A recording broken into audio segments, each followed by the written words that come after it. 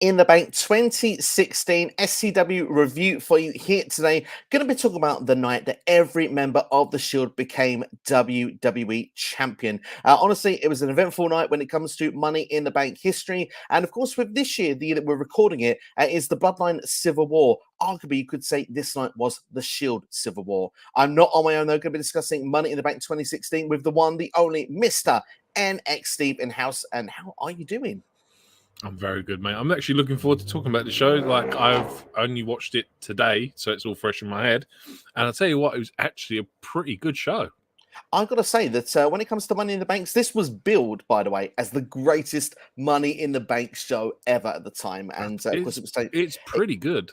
It is. It's up there. I think so. There's certainly like about 3 or 4 particular matches on the night that really shone. Maybe 1 or 2 that were above the rest, but we'll be getting into that in good detail. And also, we've got the kickoff show matches we'll be discussing as well. So plenty to get involved with here today. And we've got a couple of people in the chat nice and early coming in to say, C Nation says, I miss these days of WWE. Gives me nostalgia. 2016 was a special year, wasn't it, Nick Steve? A lot going on. This is not long before the draft as well.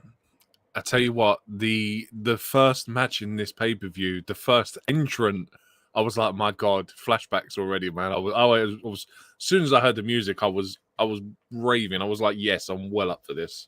Absolutely. I felt exactly the same indeed. We'll be diving into it in a couple of seconds' time. But Eric Douglas quickly in-house as well, saying, how are we doing? We're doing very well, thank you. Good to see you here. It's a shame Adam Cole cannot compete tonight. Yes, his match has been pulled. Yes, we are recording if you're watching in future times on the day of Forbidden Door. Adam Cole's match with Tom Lawler has been pulled due to Adam Cole's illness. Hope he gets better soon. Hopefully we'll get this match at some point in the future. But we'll be keeping things Money in the Bank 2016 on this stream. And fun fact as well, Roman Reigns' current title reign is his only good one, as his other ones were short. I mean, obviously, there's more opinion than facts there, but obviously, Cena has a point here. Obviously, Roman Reigns won this championship at WrestleMania 32. He does actually, spoiler alert, actually loses this actually on this show, Money in the Bank, which is only a few short months later. In 7 years, nothing has changed for Roman Reigns, and he still gets booed. So, you know, it's nothing, no, same old, same old. Absolutely. Well, I'll tell you what, you can't see him, ladies and gentlemen, but John Cena is in the chat, by the way. Apparently, he's done his own Money in the Bank predictions. Thank you very much for checking us out. John Cena, ladies and gentlemen, honestly, we salute you. One of the GOATs, and you'll be in this stream as well, so stick around. We'll be talking about your match with AJ Styles, a dream in the making of 15 years. So, yeah, without further ado, let's get straight into it. Actually, we'll say hello to Mr. Full Catch as well. Thank you for checking out stream. Hope you're doing well. Just before we do go into full details, NXT, like I said, you were quite excited to see this one. Of all the matches that were there, what was the match you were most looking forward to? It's always got to be the Money in the Bank ladder match itself, because they're always expected to have some crazy shenanigans in it. There's a couple of matches in here that surprised me, but even then, like, I think because we know what the main event was, and there is some foreshadowing during the show. Like there's like 3 decent matches in this card that you can turn around and say, do you know what? I'm actually looking forward to that. Absolutely, yeah. I've got to say, feeling exactly the same. Obviously, Money in the Bank, like I say, it sells itself. Usually a 4-star match, regardless of what year it is. You know you're going to go back to see something fun, something good, some crazy spots. But seeing there, the first time in 15 years, the John Cena, AJ Styles, the rivalry that goes on past that as well, through obviously SummerSlam, through the Royal Rumble, following after that, I just thought to myself, I forgot this was the first place this match was done. And I've got to say, it was pretty hyped when that came through. But let's go through. You know what? Just to say, I was almost shocked that this wasn't on a WrestleMania. If I'm honest, like this, it was billed as a WrestleMania type match. So I'm shocked that we got it on a Money in the Bank. Absolutely. There were actually 2 matches they built up as WrestleMania type matches on this show. Obviously, that was one of them, Cena versus Styles. Roman Reigns versus Seth Rollins as well was the other one there. So obviously there were plenty of big matches to go through. But just to give you some of the details, ladies and gentlemen, should you want those for you, this takes place in what was at the time the brand new, fairly recently built T-Mobile Mobile Arena in Las Vegas, Nevada. The show took place on June the 19th in 2016. So we just celebrated the 7-year anniversary for this show. In attendance was 14,150, and of course there's no buy rate because this is on the WWE network, so this is pretty much the network era. Numbers don't really seem to mean a thing anymore, but we'll go into what was the kickoff, shall we say. We had 2 matches there for us. We had a commentary duo of Mauro Ranallo and Byron Saxton, the Sogatil Ranallo on commentary. I mean, so just some of the things he said in general, obviously. What was it? the Father's Day comment he made to Byron Saxton said about did Byron give his father a snazzy tie like that? He also said that he got his dad a GPS, so not only his mum could tell him where to go. I thought that was a fantastic line that was done in there. Some nostalgic flashbacks with Mauro Ranallo on commentary, man. Like I was just going back to the black and gold NXT days, and my God, I missed that guy. Absolutely, indeed. There, and we've got a comment here that just says, "We miss Mauro Ranallo." I really do, really do. And just another little note as well, because the second match was the Lucha Dragons versus the Dudley Boyz. Made reference to the Dudley Boyz holding the WWE, WCW, ECW, and IWGP Tag Team Championships. Of course, he always made reference to Japan. Something since Triple H has taken over, we've heard Michael Cole do.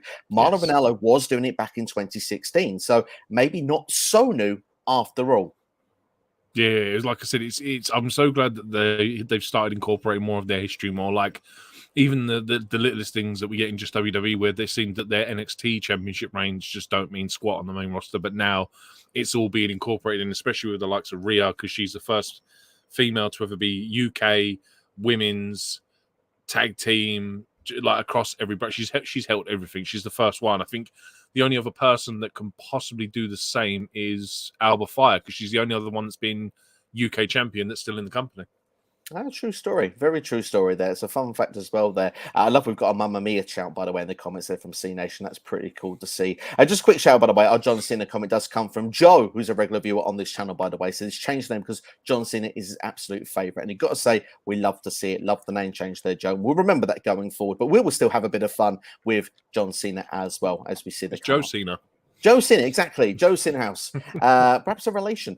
C Nation says Dean Ambrose actually had a good career in WWE. He was the first one to become a Grand Slam champion of the Shield. There you go. Another interesting fun fact there from C Nation. But let's get into the action, shall we? Let's get to our first kickoff match. And we're going to be talking about the nostalgia, the golden truth of R-Truth and Goldust against Breezango. Now, I've got to say very quickly, for those that are wondering the details, this is pre-Fashion Files Breezango. I think there was kind of still comedy heels at this point. The Golden Truth had not won a match in WWE as a tag team at that point as well. Obviously, the Golden Truth coming up first. Breezango kind of looked how I did after a couple of hours in the sun, literally peeling. Apparently, this was done on sunbeds. They had all burns going on as well.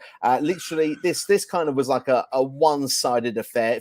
It was hard for Fandango even to get involved in the tie-up. They were burnt that badly. The makeup obviously earned their money on that day. Golden Truth picking up the eventual victory as well there with Goldust hitting his finish. Just 1 second, it's Steve, just to say he hit the finish, which of course was the final cut, obviously, to get the win. And the match was only 5 minutes long. But NXT, Steve, I know that you're dying to talk about Breezango, talk about this match. So let's get into it. Let's get into the detail. I'll tell you what, if you ever want a decent spot of comedy to like get you excited for a show, man, what a match to have, man. Like, I was so dumbfounded by the actual makeup. Like, I was sitting there trying to work out what it was that was actually plastered to their skin, because it looked like almost like sellotape or something like that. But I'll tell you what a great little match to have as a little warm-up for the crowd as they're coming into the arena.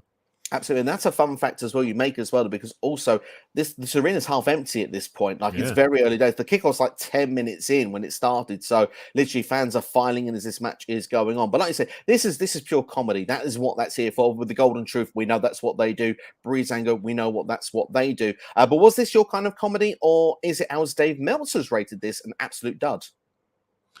Do you know what? I think the whole point of it is to be funny. So you can't really call it a dud if it's meant to be funny. If it was meant to be a serious match, then yeah, of course, it's 100% it's a dud. But it's pure slapstick. It's the Three Stooges. Do you know what I mean? It's just something you expect to see with Breezango and the Golden Truth. Like, these literally are comedy tag teams. So, like, you totally get your money's worth for this. Absolutely. To be fair, I saw the amusing side of it. I mean, obviously, like you said, we're not going to see this in the Tokyo Dome, ladies and gentlemen. Obviously, Forbidden Door reference there for you. But at the same time, this is WWE. Like you said, it's slapstick as well. And it's a bit of fun. It's not to be taken seriously. It doesn't go on too long. It doesn't overstay its welcome either, which is something you could argue that comes in this. 5 minutes, 6 seconds. So, yeah, it is what it is for the match. And for me, I'm not going to give it a dud. I think they turned up to work. They did their job. They did their role. I'll give it a 1.5 star. Yes, I mean, I can't really go on. I mean, if you go in comedy value, it was 5 out of 5. But yeah, if there's a match, it's 1.5, really. There's some decent stuff in there, but nothing to blow the roof off. But it's, do you know what I mean? It's just, this was what you enjoyed watching the kickoff for. Like, no one really cares about the kickoff anymore because it's just essentially an hour build up. Like, we used to enjoy these little matches we get, and we don't get them no more. No, we don't. We don't indeed. We'll quickly throw ourselves into the chat as well. We've got the boss, CEO in house as well. 2023 WWE comeback. Well, we've gone through the vault today to 2016. So, yeah, you're going to have to go back in that time zone with us for the next hour or so. C Nation says, fun fact, I went to Money in the Bank the year after this. Wow, amazing stuff. Hope you enjoyed your time there. Maybe one day that'll be a rewind that we will do. C Nation goes on to say as well that wrestling doesn't have to be serious. I always like to have a laugh during every wrestling show. Exactly. And there will be a couple of other funny moments we'll be talking about through this show as well. Particularly Mr. One, Kevin Owens, definitely was a standout through this show every single time. He never lets us down. But what we'll do is we'll go into the second kickoff match very quickly as well before we head into the main show. Lucha Dragons versus the Dudley Boyz. Now, first and foremost, felt like an episode of Raw, this one for me, because we saw the classic build up the match slowly, high offense done. Then we went to adverts on the WWE Network. Now, I must admit, that was a slight wind-up for me that we didn't get this on this show where this match was uninterrupted. Yeah, it's just one of them things, unfortunately. I mean, Dudley Boyz being like one of the greatest tag teams in history, and Lucha Dragons, who are like, they're pretty much one of them. They almost like their aesthetic is to appeal to the younger audience. Do you know what I mean? They fly high, they're bright colors. Do you know what I mean? And do you know what I mean? For the sake of a 10-minute match on the kickoff show, and they still run commercials, I think it's just a bit of an outrage.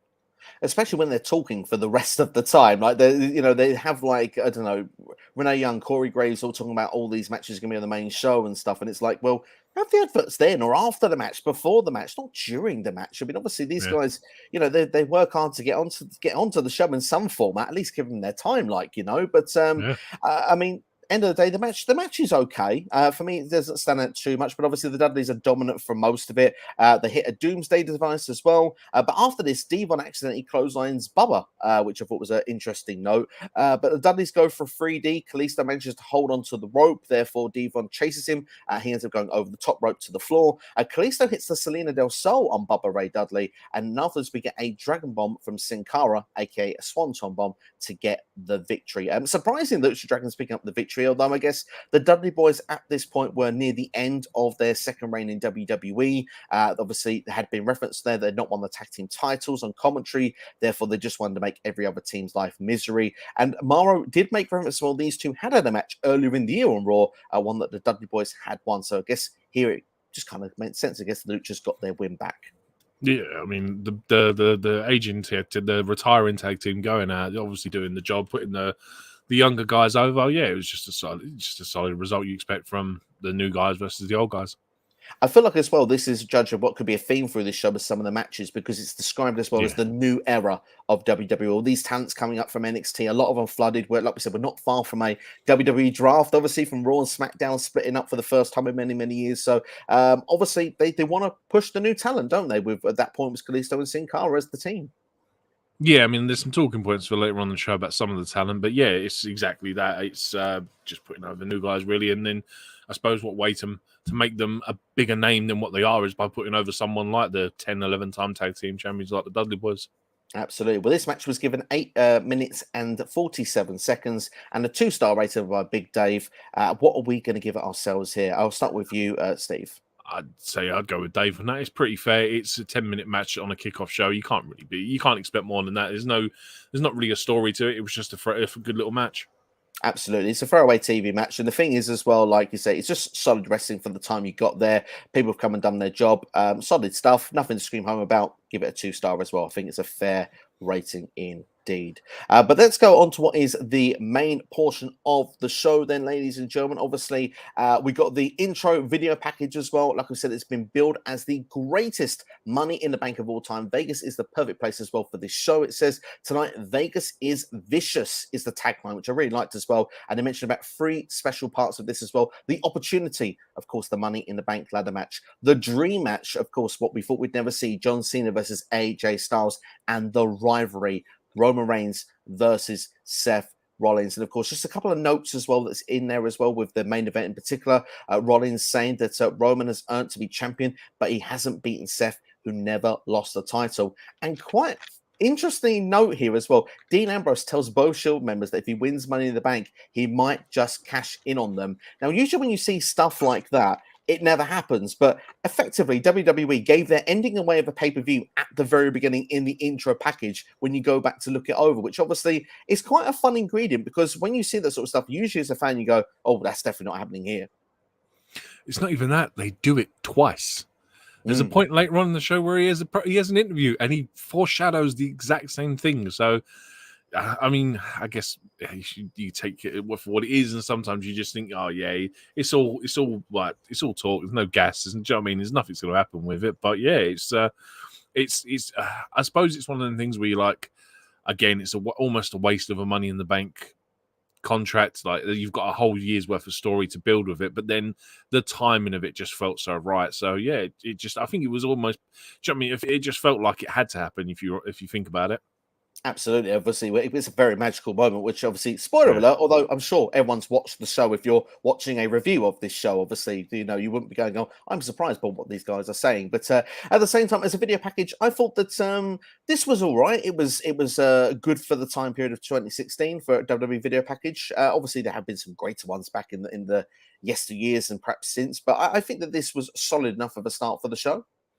Yeah, again, it's Money in the Bank. It's not hard to hype up what Money in the Bank does and what it means. So again, it's just, I suppose if you're just coming in again, for the casual fan, I think it's a good way. It was just a good way to hype everyone up. Absolutely, have to agree indeed. If you enjoyed this video so far, then please consider hitting the like button. Really helps the channel a long way with the algorithms of YouTube. We really do appreciate all the support that is given to this channel. But we're going to go then into what will be the first match of the evening. Is for the tag team championships. It's a four-way as well. It is the New Day versus Gallows and Anderson, the club, versus Enzo Amore and Big Cass versus the Vaudevillians for the WWE Tag Team Championship. First off, then coming to the ring was Enzo and Big Cass. Bada boom, realest guys in the room. How you doing? This was a great throwback just to see this again. Obviously, the energy that comes in with Enzo and Kaz when they come to the ring really reminds me of that New Age Outlaws kind of vibe. Do you miss Enzo and Kaz as that duo together when it was so hot and so over back in the time? Yeah, I mean, I was lucky enough to go to a live show around about the time it was in 2016, so it was the year they came up. And as soon as that music hits, the crowd just goes mental for a man. And Enzo done such a good job of hyping. Like, half your work as a wrestler is your character, and man, they did half their work walking to the ring. It was so good. Like, don't get me wrong, all right, not the best in-ring wrestlers, but man, they captivated you. And it was a shame that they came up when they did, because the New Day at this point are on a 301 day or something run as tag team champions, and they're on the verge of beating Brian Kendrick and Paul London's record, which obviously was what they were going for. I mean, if it had been possibly a year later, when this history-making tag team run wasn't in the works, maybe they would have won a tag team championships. Like, for me, it feels underwhelming. Like, they're almost like the Rockers. Do you know what I mean? Like a tag team that should have been tag team champions because they were so liked, and they just never had the opportunity.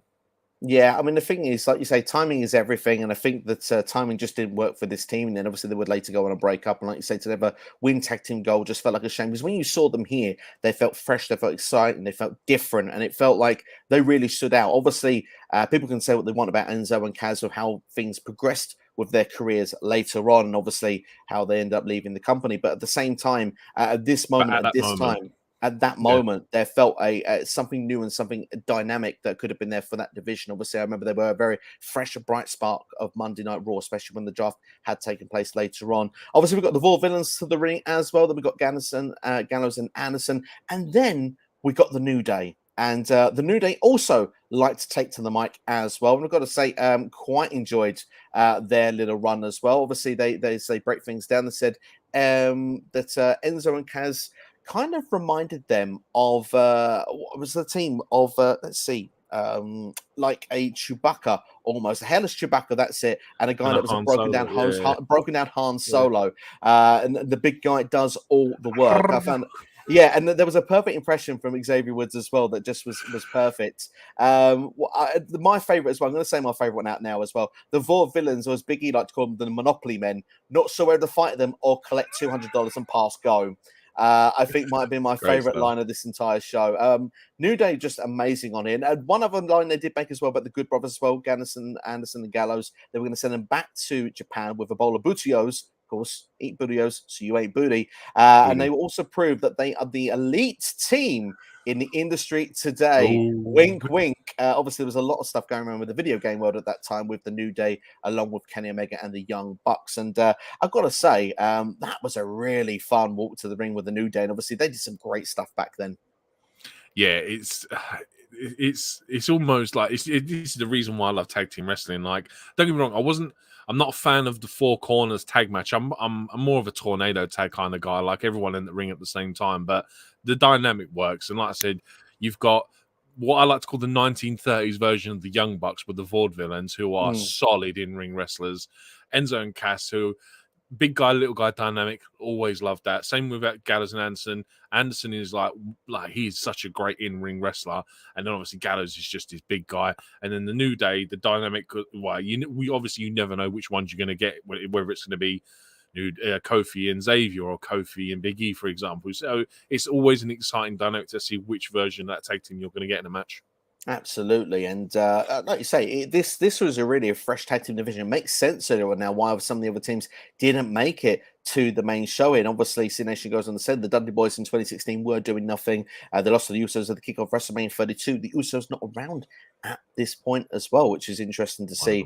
Yeah, probably pre SmackDown Live as well. You are true, and also it says the 2016 tag team division was awesome, absolutely indeed. And just another mention as well that Enzo and Big Cass never win the tag team titles. It's a crime. So there we go. We've got some opinions there from C Nation. But going into the match, one of the interesting parts of the early start for me as well was that we found Kofi and Enzo find themselves kind of on the same page early doors there, doing some double teams themselves to get rid of the heels there before they end up having to turn on each other. But I found that was quite a fun dynamic that almost the baby faces were almost to work almost together at one point to take away the heel tag teams.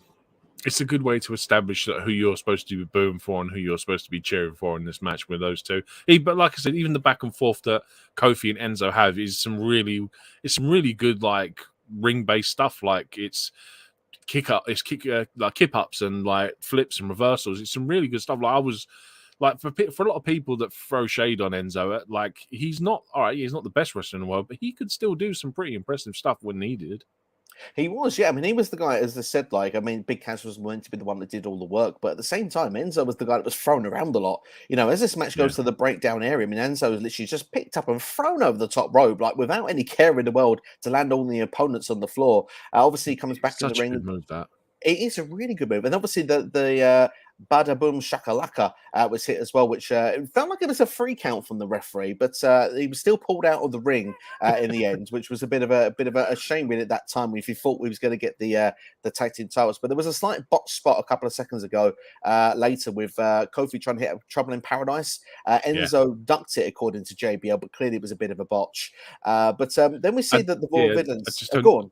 I was gonna say, I don't think it was a botch. I just think that the position that he was he fell out of the position he was meant to be in, because I think Simon Gotch had him in a move, and he was just meant to just sit back and take it, and he's just stumbled over. It can't really. I just mean, again, people throwing shade on him, and it's just a general thing. Like, I'm not being funny. There's other incidences later on the show where we get the same kind of thing. Yeah, it actually, there is a couple of other moments that it does creep up in this show. You're right there. Obviously, this comes to the point that we've seen some finishing moves take place. Obviously, one was meant to hit that didn't. And obviously, we see then the Vaudevillains hitting their finishing move, the Whirly Dermish, but Anderson breaks up the pinfall at this point. Big E being as Big E will do, he hits his spear through the rope. We panic every single time. We'll see that on any review show when we rewind these days. But Anderson and Gallows hitting the Magic Killer to Aiden English. Looked like they were going to get the win at this point, but Big E breaks up the count. And from that, picks up Anderson perfectly into position for what will be the New Day finisher. That was an impressive feat of strength. It's what Big E does, man. There was a slight awkwardness because Gallows was still in the ring, and he doesn't the way they shot it. You can't see what he's doing, but yeah, it was very well shot to hide the fact that Gallows was still in the ring when this was happening. But yeah, Big E's just one of them guys, man. Always, especially when he's picking up someone that weighs probably a third of what Big E weighs. It's probably nothing for him.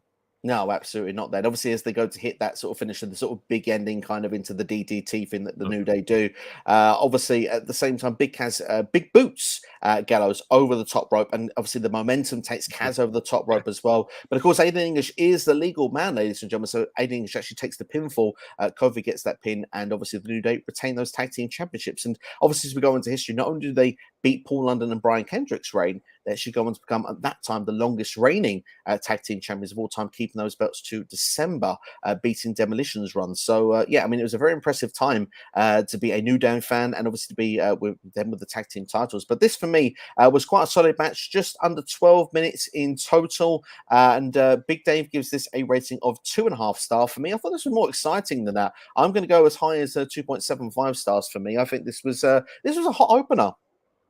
Yeah, I mean, I'd have to say a 3 for me. I mean, there's like two teams that are really good on the mic.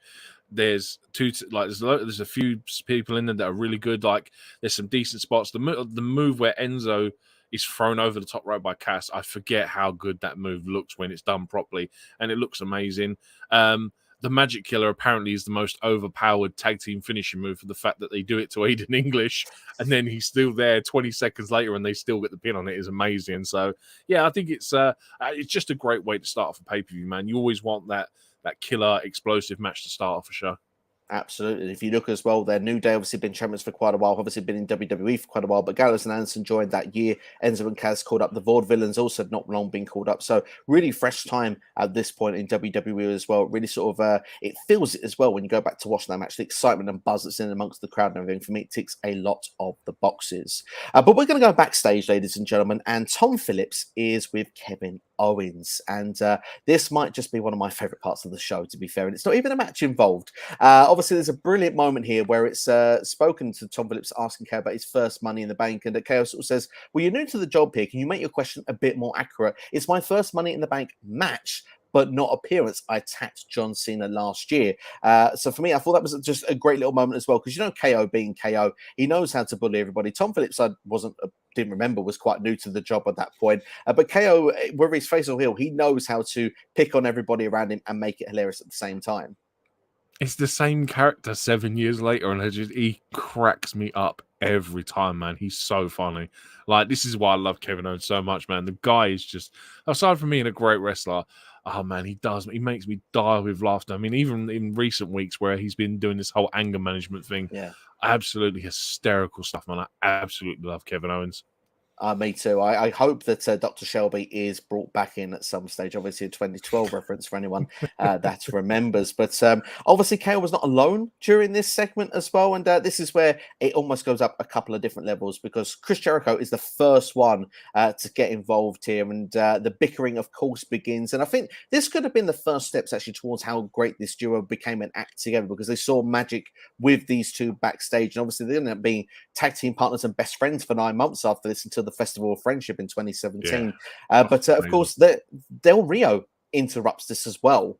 And obviously, this is where we kind of get the one-upsmanship beginning. Del Rio reminds everyone he's the only wrestler in this match currently to win Money in the Bank and cash it in successfully to win a title. Chris Jericho, the inventor as well of Money in the Bank, reminding everybody that. And Chaos says, look, you guys just repeat yourselves. Like, I know all this stuff. You say it all the time. And, why do you call everyone a perro, Del Rio? I mean, I don't speak Spanish, but I know perro means dog. And then we see Chris Jericho come back in and says, perro means dog. Because really all I'm seeing with you two is a pair of idiots. I thought that was a genius little line that was brought in there.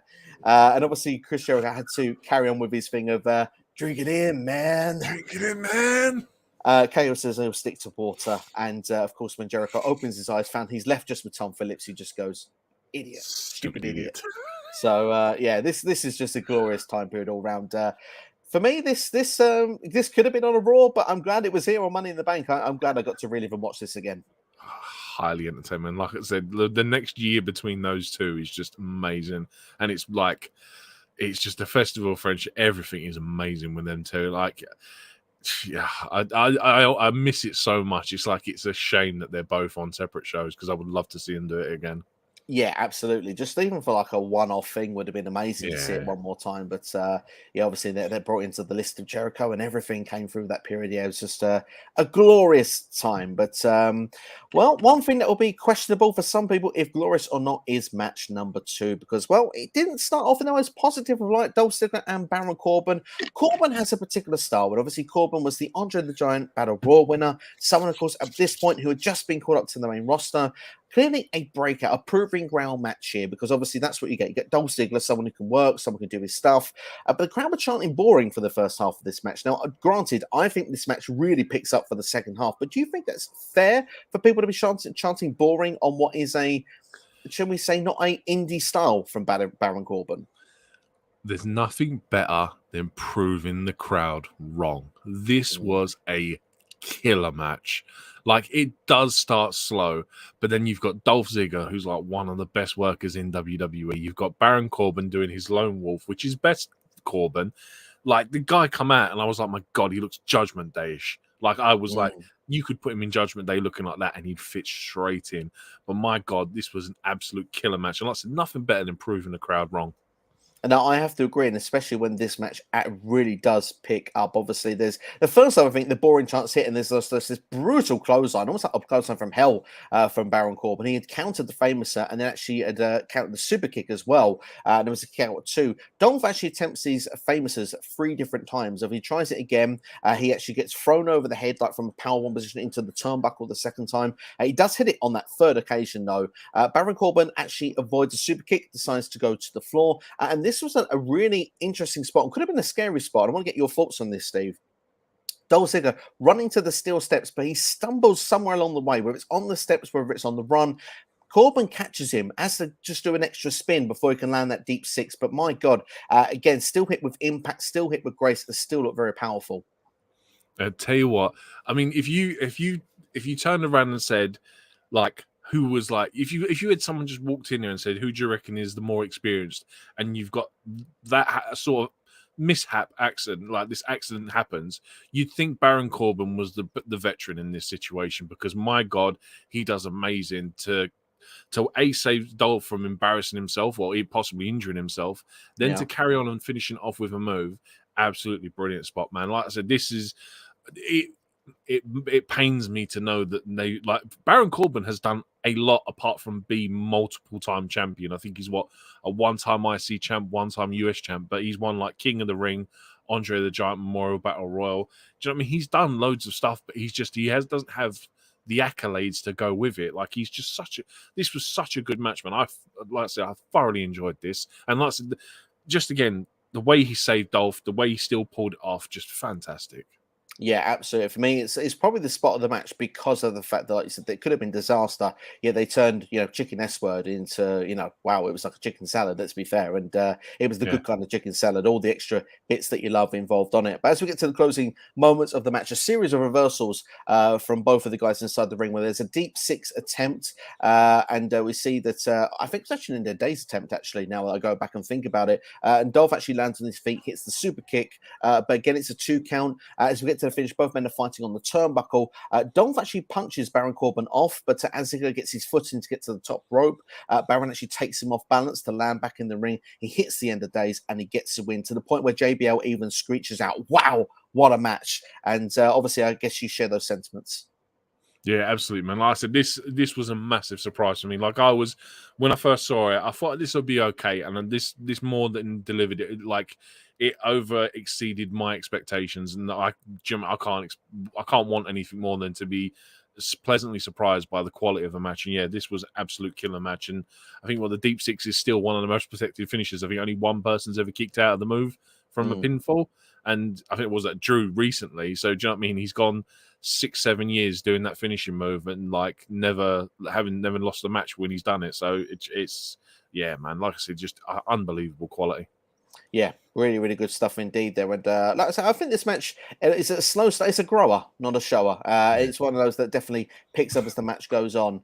Corbin, actually, the rating for this, for a 12-minute, 22-second match, was only 1 3/4 star from Dave Meltzer. I think it's a bit harsh, personally. I think that this match really does get better. For me, I'm going to go in for the 2.5 star, personally. I'd go like 3.5, 4. This does amazing towards the end. Yeah. 1.5 stars. That's shocking, Mr. Meltzer. One and three quarter, I think. I've got 1.75. 1 3/4. Yeah. Do you know what? I can imagine it probably had no build or anything going into it, and it probably just was a match that a lot of people didn't expect to deliver. But I thought this was great, man. I'm gonna go 3.5 for this. I thought it was great. Yeah, I mean, to be fair, like I think much better than what Dave. I mean, I would go higher like you had the first half been the same. Yeah. For me, it was a. But the thing is, as I say though, sometimes you need. I mean, if you go back to watch old school wrestling, they all build themselves up slowly to get to that big payoff at the end, and that's what this match does. It's like going for a meal, ladies and gents. You know, you have your starter, which is a smaller part, then you go for the main course, and then of course you have that sweet spot of the dessert at the end. That's kind of what this match is. So in a way, maybe I'm doing a disservice by saying 2.5 star, but anyone wants to share their star ratings if they've seen this match, feel free to get involved. But C Nation, don't worry about your internet going out, but it's good to see that you are back, my friend. But it's a shame here that it's storming in your area. Hope that everything is okay. Yeah, it's very hot in both of our locations at the moment, and yeah, hopefully you can't see the sweat through the screen. Baron Corbin is underrated, says C Nation. Very underrated indeed. I think that he gets a lot of unnecessary hate. Baron Corbin has only been United States champion, and he has been a one-time champion. So there you go. Maybe not the IC title. I thought maybe he had been, but I'll have to go and do a quick Google search on that to be sure. But Daz says after Adam Cole pulling out, do you know what match opens the main show tonight? It will be MJF versus Tanahashi. Be opening up the Forbidden Door show tonight. For those again watching in the future and thinking, why are we talking about Forbidden Door? It's the same night as Forbidden Door.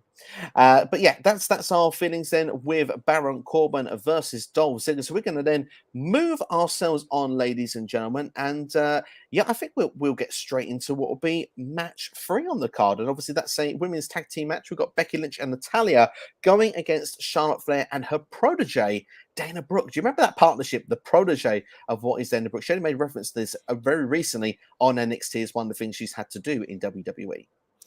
I remember this partnership very well because I was like, it's a great, like, it was one of the ones where you're like, okay, at some point we're going to get the turn and it's going to be Dana versus Charlotte.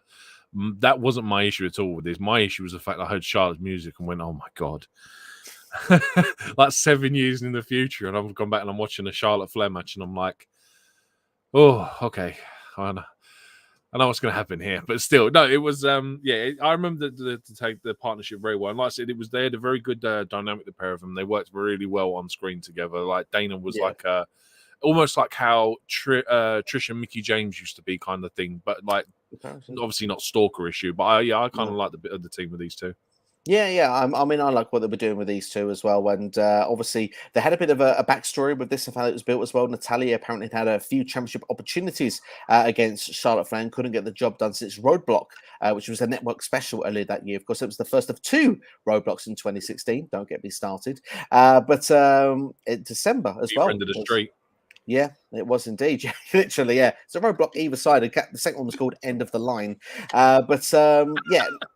Natalya actually was getting a chance at Extreme Rules against Charlotte Flair. And of course, Dana Brooke came out dressed up as Ric Flair as a distraction, which led to Charlotte Flair getting up the W.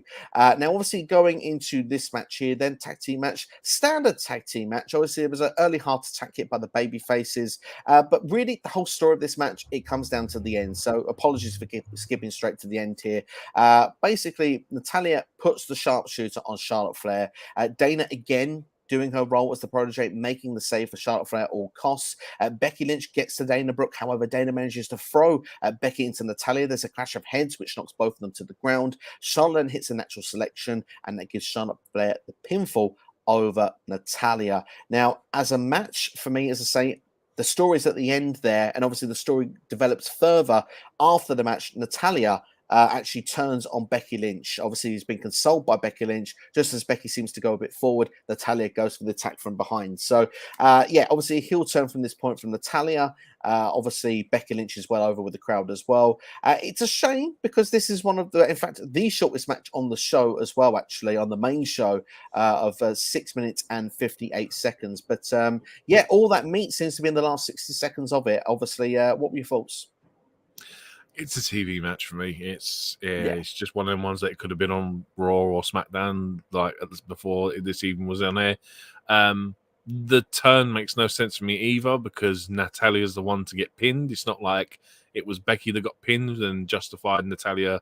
Like I was kind of confused as to why Natalya would be pinned and then be angry at Becky and then attack her. So it was kind of a lopsided finish for me. Like I didn't get it. Apologies, I didn't look at to see how it evolved further on in the year. But yeah, Natalya for me is just one of them people that she's either a heel or a face. She's a bit kind of like what the Big Show is, really. Like, just constant flipping between heel and face.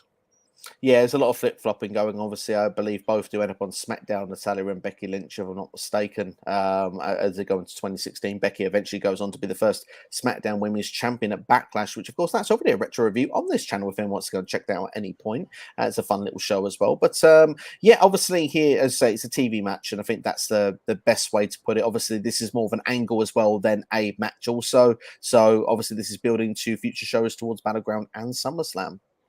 But to go in further, then we'll just get the Dave Meltzer rating for this match, which was a 2.25 star. What would you give this rating?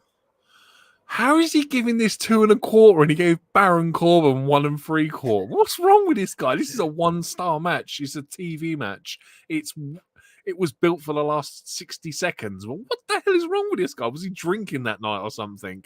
This is a 1-star match. This is terrible, man. Like, there was 9 matches on this card, and it was like, this was the worst one by far, just because it was a TV quality. I think for me, I'm going to give it a 2-star. I think that I think people come and did their jobs, like with the Lucha Dragons against the Dudleys. Like you say, it's TV quality. I don't think no one mucked up in this match. So for me, I'm going to give it 2 stars. I think I'm going to give it the basic, like, the standard rating. Like 2-star is for me, like you turn up and did your job. This is the time you were given. You made the most of it. But if you fluffed it, you're going lower. If you made it amazing, it goes high. But for me, this is a standard 2-star match. But yeah, it's an interesting one. Dana Brooke is the standout in this match. It's not anyone else. It's all about Dana Brooke. Like, she does really well to play the heel sidekick role in this match. I suppose that's the plus I can take from it. Yeah, absolutely. I mean, go through the comments. We'll start with the newest comment actually that's coming here now. And here's my thinking. Natalya attacked Becky Lynch because she lost the match and felt like a loser, so she took it out on Becky Lynch. Obviously, as well, losing again to Charlotte Flair probably takes her out of the championship picture at that point as well. Having so many attempts to try and win the title, not getting it, I guess that's probably thinking, well, I'm going to get my heat on the person that couldn't help me get the W, I guess, is probably where we're going with that there. But we also got asked to do a couple of modern questions here. We've got Micah Tannenhab's mic as well. So we'll just answer those ones, and then we'll go back into the retro. I do think Natalya fits into today's WWE. It's an interesting question, this one. Yeah, Natalya has her spot. She is the veteran of the locker room. Yeah. She's one that's there to... she's almost kind of like a gatekeeper, like... She's normally the first, like a newcomer's first rivalry is Natalya, because Natalya is the experienced one. I mean, Natalya's been involved in some like important moments. Like she was in the first women's match in Saudi Arabia. Yeah. Do you know what I mean? She's been in multiple women's Money in the Bank matches, I believe. And it's like, yeah, she has her place and she does it well. That's why she's still doing it. She's been around for, God, it's got to be 15 plus years now, isn't it? Absolutely, indeed. Yeah, her first pay-per-view appearance was, I believe, Backlash 2008 was her first pay-per-view appearance. So, we're going back a long, long time there. I agree with you wholeheartedly. She has a place in the locker room, a veteran, a leader, if you will. Imagine that experienced talent there, the ones that are up and coming, maybe just come from NXT. This is their first times in the halls of a Raw or a SmackDown. You're around someone that's been there for 15 whole years, who knows that's been there and probably outlasted everybody else. Try and think of anyone else that's been there for 15 years, like non-stop as well. Like, Tamina, maybe. Say again, sorry. Tamina, maybe. Yeah, she's getting up there. I want to say 2010 for Tamina, but certainly that's another name there. We'd say that to last that long in WWE, that's a feat for any superstar. We're not just talking about the female roster; we're talking about the men's as well. There ain't many that do that. So, I mean, she's a clearly dedicated one to the cause. So certainly she does fit in with the storyline she's got going presently, along with the "Do I still fit in? Do I still find my place?" That's a storyline that's fitted in for her right now, which is interesting why that question comes up as well. So, yeah, I think she will find that place on Monday Night Raw. They're looking to tweak and find that perfect position in the storyline, and possibly could be another one of those heel turns. We'll have to wait and see. Plus, the good thing with Natalya is she's always there to be used as a what do you call it, a intermittent champion where they want to get the belt from one face to another and they need a heel, and Natalya just fits that role perfectly. So she'll be a world champion again at some point, I imagine. So yeah, she has a place. She fits in well in the dynamic of the locker room. Absolutely. I'd even say the tag Transitional team champion. division. There we go. Transitional, that's a perfect word for it. I'd even say the tag team division. Again, you've got someone experienced, team up with Natalya, put them in that division. You know, they can have a great match now with someone like, say, a Ronda Rousey and Shayna Baszler would be a perfect fit in today's market. Maybe that's the thing that's lacking. Maybe she needs a partner.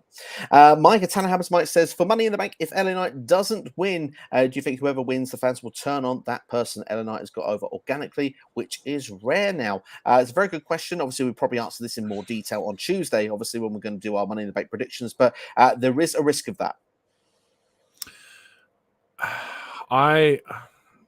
Yeah, but the thing is the Money in the Bank briefcase has always been a heel prop. So if a heel wins, I suppose it's the right thing to do to get that person more heat. Say, for instance, a Damian Priest wins it. It would be the right thing because Priest is a heel. You want more heel heat. It kind of makes sense. So do you know what I mean? Like, it's the one thing that makes me doubt that LA Knight is actually going to win it. I mean, the thing is, like you said, if a heel wins it, then it's all right if the fans turn on that person because they're getting the heel heat. The job is done, isn't it? But at the same time, for LA Knight, I think the key thing is how he's booked afterwards, regardless of whether he wins the briefcase or not. Because if he wins it and then starts losing for the next 6 months, that's not a good look either. So, I mean, LA Knight, for me, I think needs a positive, strong direction coming out of Money in the Bank, regardless of what happens. And to be fair, he's been booked quite well going in, which is quite pleasant to see. Yeah. Comment here from C Nation says that finishers should be more protected. I know that it might make the ending more predictable, but it's called a finish for a reason. 100% agree with that. I think that's bang on the money. Yeah, it's just unfortunate the way wrestling's evolved over the years. Absolutely, indeed, I would agree with that as well. I'm glad Charlotte Flair got her new theme song, but she needs a new character. Every top wrestler evolves. Roman Reigns, Seth Rollins, Bayley, and Sasha Banks evolved. Obviously, Charlotte, yeah. I mean, to be fair, she evolves from face to heel, but it's kind of the same character, isn't it? So, do you reckon Charlotte needs something to evolve? I would like to see her get something to evolve, just to get changed, because essentially it's the same character 7 years later. It's still the same dynamic. I mean, unpopular opinion, but Charlotte Flair probably is the best women's wrestler in the world right now. I mean, she's been doing it for this. The reason why she's a 14-time champion. I mean, yeah, there's probably a couple of people that can argue that. There's a couple of like the Japanese stars that can say that. But let's be honest, if you're a 14-time champion, you've been doing it for so long. But like I said, yeah, I would like something new, just because I'm just bored of heel Charlotte Flair. Like she can't do face really well. She just needs something. I think something as well, a little tweak necessary. I wouldn't change the whole product because what she's done is working. Like I said, she's been up the top that long. Do you know what? Tag team run. So what she needs, a tag team run. She's had it before though. She's had it with Oscar before. Yeah, and that's not a tag team run. That's just being thrown together and winning the belt. She needs to be in a proper tag team. Like initially when Lacey Evans was called up, I sat there and thought, if you had Lacey Evans and Charlotte as a tag team, 2 6-foot+ blonde women, I think that would be that's a great look for a tag team. And do you know what I mean? They tower over everyone else, and like I would probably say physically stronger than most of the women in the locker room. So I would have thought those two would have been a great dynamic. I think if you gave Charlotte a prolonged tag team title run in a tag team, that for me that would probably help. That would help indeed. Well, let's bring that back to 2016 then. Is it a shame that there wasn't women's tag team titles back in 2016 when Charlotte Flair had a protege in Dana Brooke? And that's why for years we were crying for tag team titles, because there was this dynamic that you had perfectly. You had Sasha and Bayley as well at some point over the next year, I believe, or whenever that they. Do you know what I mean? They were bound to be a tag team for some point. But yeah, Charlotte Flair and Dana Brooke, they were a tag team in the making. It would have helped as well when it comes to the eventual split as well. It's always been like that. That's how it works. You get that other talent over to the point, right? Okay, you can go off and do your own thing now. Let's do the breakup, and then that would work pretty well. And obviously, we mentioned there about Belair and Charlotte from C Nation. I completely agree with that. Having a title would be more interesting. Logan Paul, of course, fans already hate Logan Paul. Like I said, it would work for a heel to win Money in the Bank. Completely off topic, but we will answer it as we were on talking about Dana Brooke, and we probably will get another chance to talk about this. What do we think about the Dana Brooke controversy in NXT? She was being booed. And also given the na-na-na-na's goodbyes when she was injured or supposedly injured in the match this week. And a lot of hate on social media as well. I think a lot of it's unfair. I'm not a big fan of the NXT crowd, if I'm honest. I think that it's the same people that turn up every week. And I think that when it used to be black and gold and it was in the university studio, I can't remember where it was now. Full Sail. Full Sail, yeah. When they was in there, that crowd was fantastic.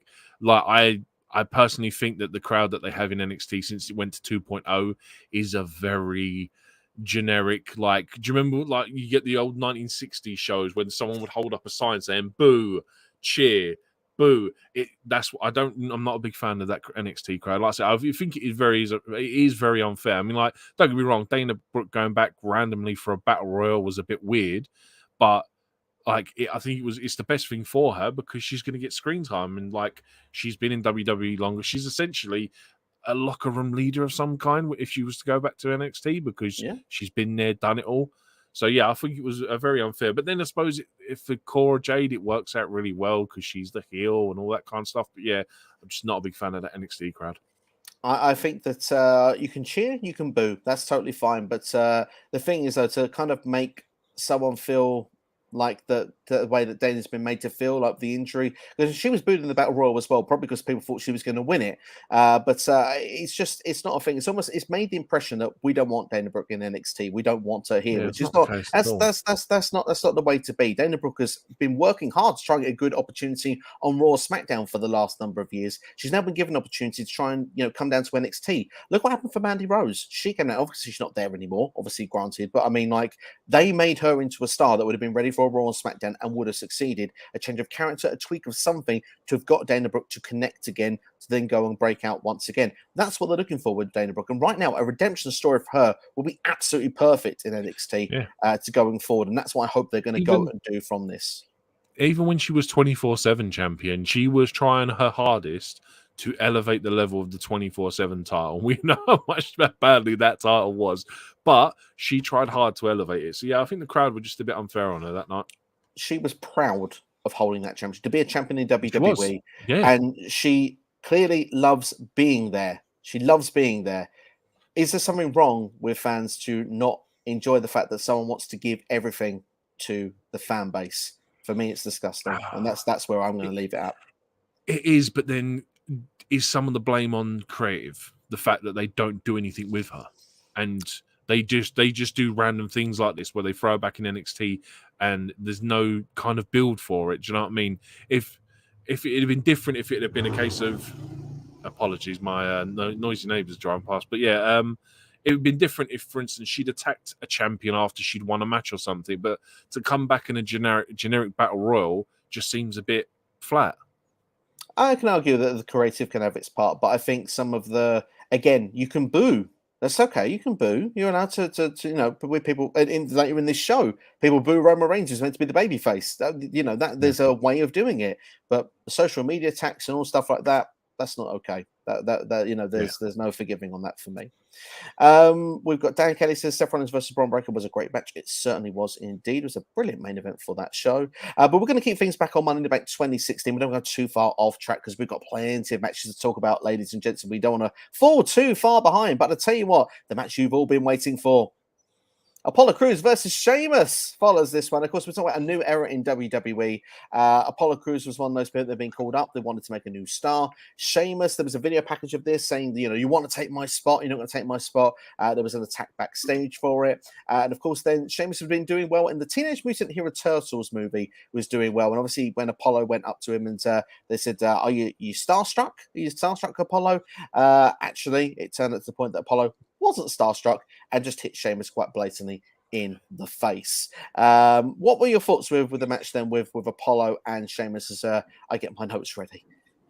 It's actually a fairly decent match. Like, there's nothing wrong with it. The problem was that Apollo was called up way too early. Like, he'd barely done anything in NXT, and then they just decided to bring him up to like the main roster, and he essentially done nothing for a couple of years. Like, there was this hype initially because I think this is what June or July. So this is like 3-4 months after Mania, after the like all the debuts and stuff. And it was kind of like their way of like, it's, don't get me wrong, it's great for Apollo to get a win over Sheamus on a pay-per-view, but it's kind of like, again, I suppose this lays into the fact that they don't like use their NXT history at this point either. So in case it was, for a lot of people, it's just like, oh, here's a new wrestler. But for the diehards, we all kind of know that it's like, yeah, he's not done anything. Why? What? He doesn't have a big enough following yet to be a big deal, if you know what I mean. But the match itself is great. And the result as well, you can't complain. It was a great showing for Apollo Crews. There was a solid sort of standard counter. Again, I'm going to compare it with a match to Raw. That's how it felt like watching this, which is why my main notes come towards the end of this, where we saw Apollo actually do like a belly to belly over the top rope. Then we saw the moonsault from the ring apron to the floor. That was really looking impressive. Sheamus thrown back into the ring. An angle slam done straight away. Olympic slam, depending on how you want to call it. Only getting a 2 count at that moment, but then Sheamus hitting a white noise from the second rope. That looked quite brutal. Fun looking spot. A nonchalant cover though, getting the 2 count, and obviously arguing with the referee, gets rolled up, and Apollo gets the win. That's pretty much how this one is summed up, and the match goes for 8 minutes and 36 seconds, with Dave giving it a 2.5 star rating. What were your thoughts then, more with Apollo Crews and Sheamus before we wrap it up?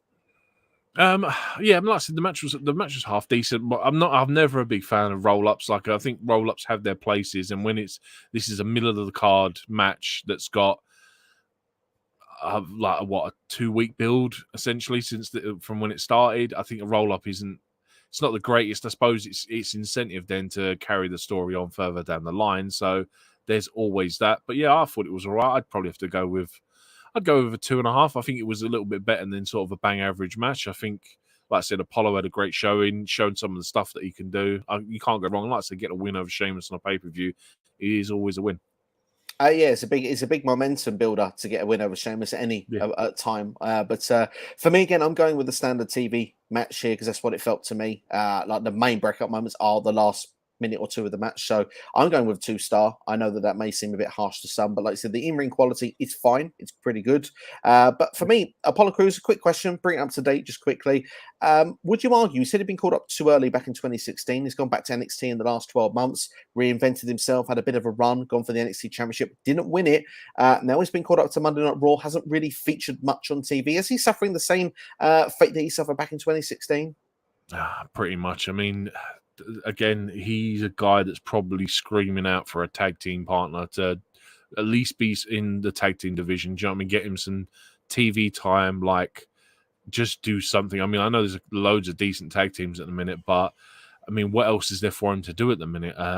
I can't understand why they called him back up. I would have probably left him in NXT.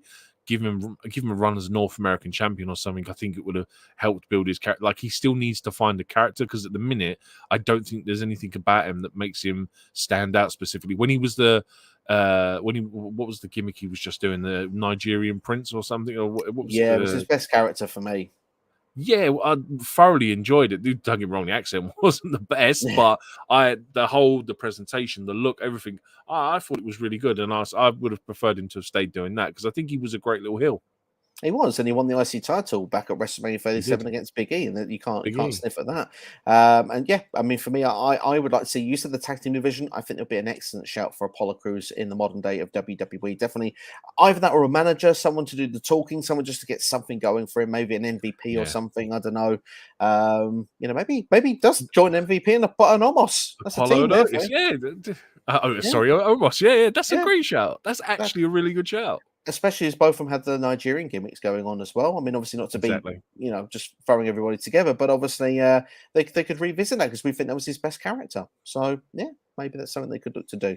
But we'll move on in the meantime anyway. Obviously we have, a match that I was very much looking forward to. And I think it's a good time to say, ladies and gentlemen, if you're enjoying the video, hit the like button as well. It really helps out here on YouTube, helps spread the algorithm and stuff for what we're doing. And just to say, if you're here with us now, it's about to get good. It's really about to get good. We've got 3 of the big matches coming up now, and obviously a Money in the Bank cash in to look forward to as well. AJ Styles and John Cena, 15 years in the making. We thought we would never get it, but of course in 2016, AJ Styles joined WWE. And of course the big questions was always saying, when these guys were winning championships elsewhere, could they do it against the other one in the other environment, was something that JBL was saying. But obviously, we'll go through the video package, the backstory very, very quickly. I'll go through the details, Steve, and then I'll come to you for comment. Obviously, John Cena coming out talking about this new era once again. If we're going to have a future, it's got to go through Cena. But AJ confronts Cena, obviously a babyface at this time, says he's been waiting for this moment for a long time. 2 different worlds, and they shake hands. But Gallows and Anderson say that they aren't here to kiss ass, they're here to kick it. And obviously, it looks like it's going to be a 2-on-2. This is a point where AJ Styles turns heel and attacks John Cena with the Good Brothers. We get the question of, why did Styles do it? Well, Styles had a plan. He says, guys like Cena bury guys like him, but even on your best day, you cannot beat me. Cena says both guys are actually not champions right now, but still considered champions. This might as well be WrestleMania. Of course, we mentioned about this being built like a WrestleMania type show.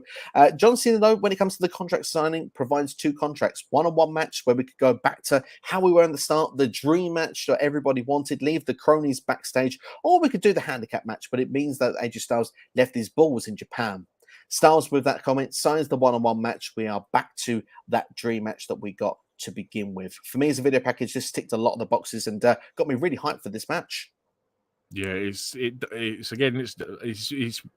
one of the few times that WWE managed to put a package together that gets you hyped for it. Like it does, like I said, it does everything, man. I mean, this is the beginning of the beat up John Cena stage, isn't it? I believe we're not far from it. Yeah, great times. And it's like, this is what I mean. The point from here going forward for AJ and the club is great. Like the whole culmination of it. Like I said, it just felt like this match should have been on a bigger stage. Like Money in the Bank almost seems to be too not mainstream enough. Like if you'd have had this match on a WrestleMania, hell, it was potential for one of the matches of the night. This was fantastic. Absolutely. It's a shame John Cena was injured for WrestleMania 32. Of course, he was actually one of many wrestlers that didn't make the show that year. But he'd been out for a long time. But he was back ahead of schedule. Apparently, he was back. He was meant to be back at the end of summer, so he actually to get this opportunity here and now was still a really exciting prospect to get. And well, I've got a lot of notes, Steve. I'm not gonna lie to you when it comes to this one. This was a very great match, backwards and forwards. But the main psychology of the match was talk about that to begin with. Is the fact that no matter what John Cena did, AJ Styles always seemed to find the one-upsmanship here in this match. And I love the way that they kind of made this a bit like a chess match. Yeah, and I think for me, it was kind of almost like you've wrestled everyone in WWE, but I'm not WWE. I'm Impact. I'm New Japan.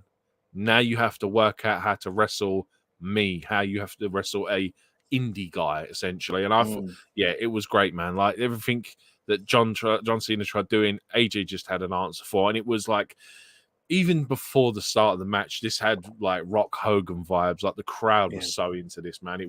This was really, really well done. Absolutely. I think people thought they'd hit like 20 black or something on the roulette wheel because they hit the jackpot when they saw this one coming out. It's really exciting stuff. But let's go through some of the details of the match. I'll try not to go in too much, but as I said, there are a few notes here. But Styles obviously says, getting the better of the open exchanges with the types and stuff like that. The crowd is split and into the action, as we mentioned there. Cena quite angrily retaliates early into the match, getting 2 hip tosses after being almost embarrassed by Styles, if you will, and hitting a very impressive looking monkey flip. Cena quite early on trying to make his statement by going for an early AA, but it's countered by AJ Styles, who lands a right hand, which we see then Cena, of course, mocking as well, doing with the "you can't see me" taunt. AJ continues control early part of the match, hitting a suplex and asking the crowd, "Is that all he's got?" Again, those sort of little ingredients there with the smack talk for me just adds to the elements of the match and gets you even more invested. The fact that Cena is willing to go with the sports entertainment vibe, with the fact that AJ is willing to let his moves do the talking. Yeah, exactly. And it's you got to remember both these guys have been doing it for like 15 years plus at this way. You've got 2 of the guys that have been at the top of their game for the last 5 years, but you know what I mean? They've been around for 15 years, so they know what they're doing. AJ especially, man, like he's been in front of sold-out crowds at the Tokyo Dome. He's been in front of sold-out crowds in Impact. So, do you know what I mean? you couldn't go wrong putting these two together. Like when it first initially started, I was honestly fearful that, oh my God, we're going to get a 5 moves of doom kind of match. Like I forgot how good this match was. And to be blown out of the water by what John Cena was doing in this was just so pleasantly surprised. Absolutely. And the point you make earlier on, by the way, about the clash of styles, the fact of sports entertainment versus that indie style wrestler, it goes into so many, when you look at some of these notes, when you go back over that, like the entertainment versus pro wrestler, because John Cena's going for the shoulder blocks that lead to the 5-knuckle shuffle. And one of them, just before he would go for that, traditionally, Styles, it's a pitch perfect drop kick on Cena, just knock him to the floor again. Again, that one-upsmanship as well, the pro wrestler taking advantage. But AJ finally makes a mistake. He goes for a dive through the middle rope and just basically crashes and burns to the floor. We see Styles then missing a forearm as well, and that leads to an STF from John Cena. But of course, AJ Styles would eventually make the ropes despite the passion from the crowd. We get a beautiful sequence as well, a springboard from AJ Styles going to the apron, but immediately John Cena's kind of by the apron, goes into that AA. Styles gets out, rolls through, and lands in the calf crusher. So we've got the submission game going in as well. Cena, though, this time also making the ropes.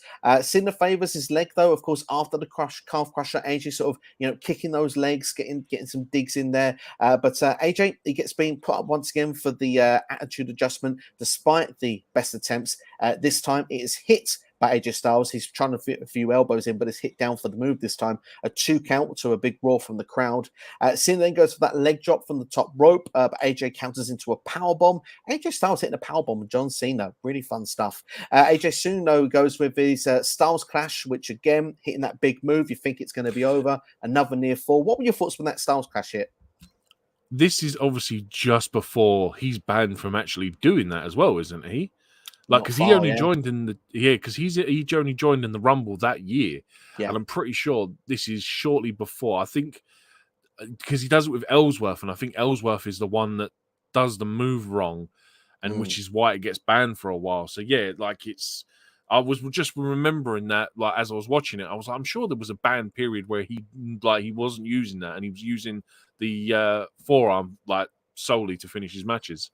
Absolutely, it was a period, like you said. Ellsworth is definitely the one. So, I think you're probably looking about October, November time. Obviously, the stuff with Ambrose as well going into December. So, probably around that period. But thankfully, it was allowed in. It was just a beautiful way it was hit as well. John Cena taking it fantastically as well.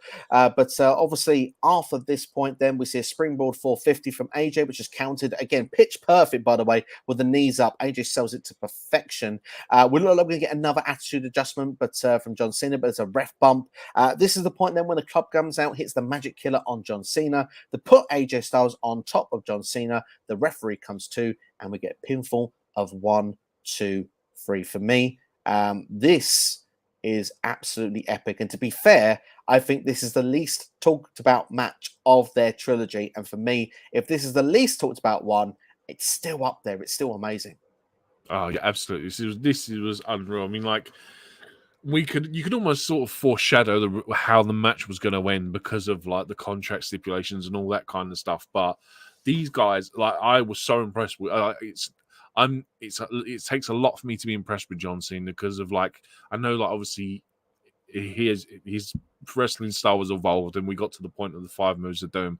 But even in 2016, he was still to put on a match of this caliber with AJ Styles is unreal. I was just so totally impressed and blown away by the caliber of this. And like I said, like you just said, if this is the least talked about one, this was fantastic. Like, I know they're going to have another one at SummerSlam, don't they, this year? When's the third one? Is that Royal Rumble is the Royal third Rumble. one that There goes we go. off this year. So and it's it was inevitable we were going to get like a best 2 out of 3 with these two.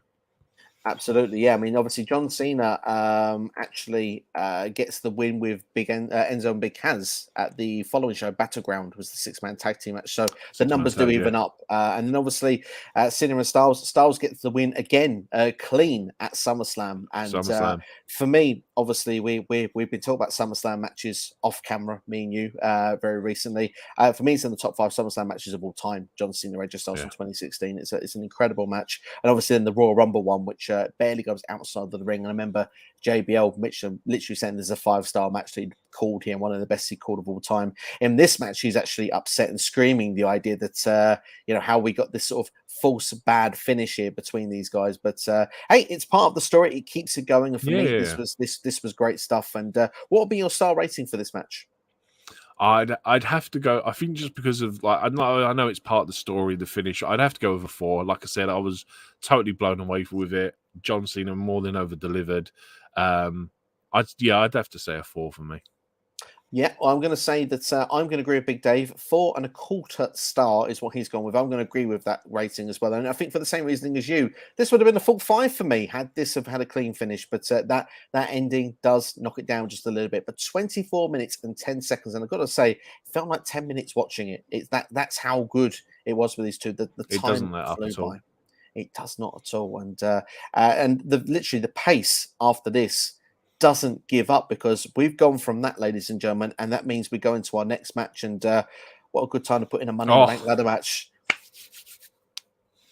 I'm going to say it early before we even go through some spots here. I think that this could be the most underrated, least talked about, that should be talked about Money in the Bank ladder match of all time, because there are some insane spots in this match. NXT, if you don't mind, I'd like to go through some of the spots, and then once we go through some of the spots, we'll go and talk in detail. Because put it this way, if I talked about every detail, we'd be talking about the full length of the match. That's how many spots are in this match. But the ladder's in nice and early. Cesaro hitting a rolling center off the second rope into a ladder onto Jericho.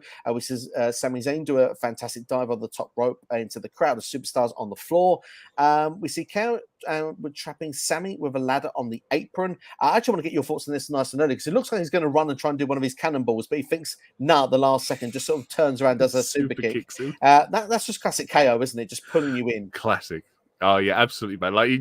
Like the way Sami, it looked like Sami's about to prop it up on the ring apron so Kevin can run up it, and I'm like, Kevin Owens ain't running up no ladder, and it was beautiful, man. I loved it.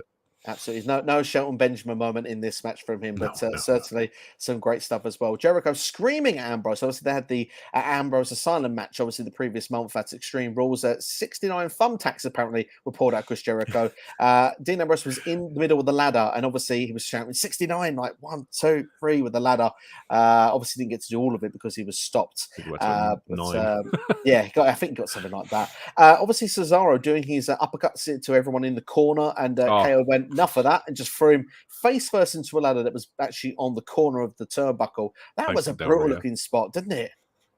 Mate, fantastic. Like Del Rio propping it up, it just was amazing. And then obviously Cesaro, God, Claudio Castagnoli, man, what a guy! Like he plays so well to the crowd. Like even there's some of the spots you're going to go into.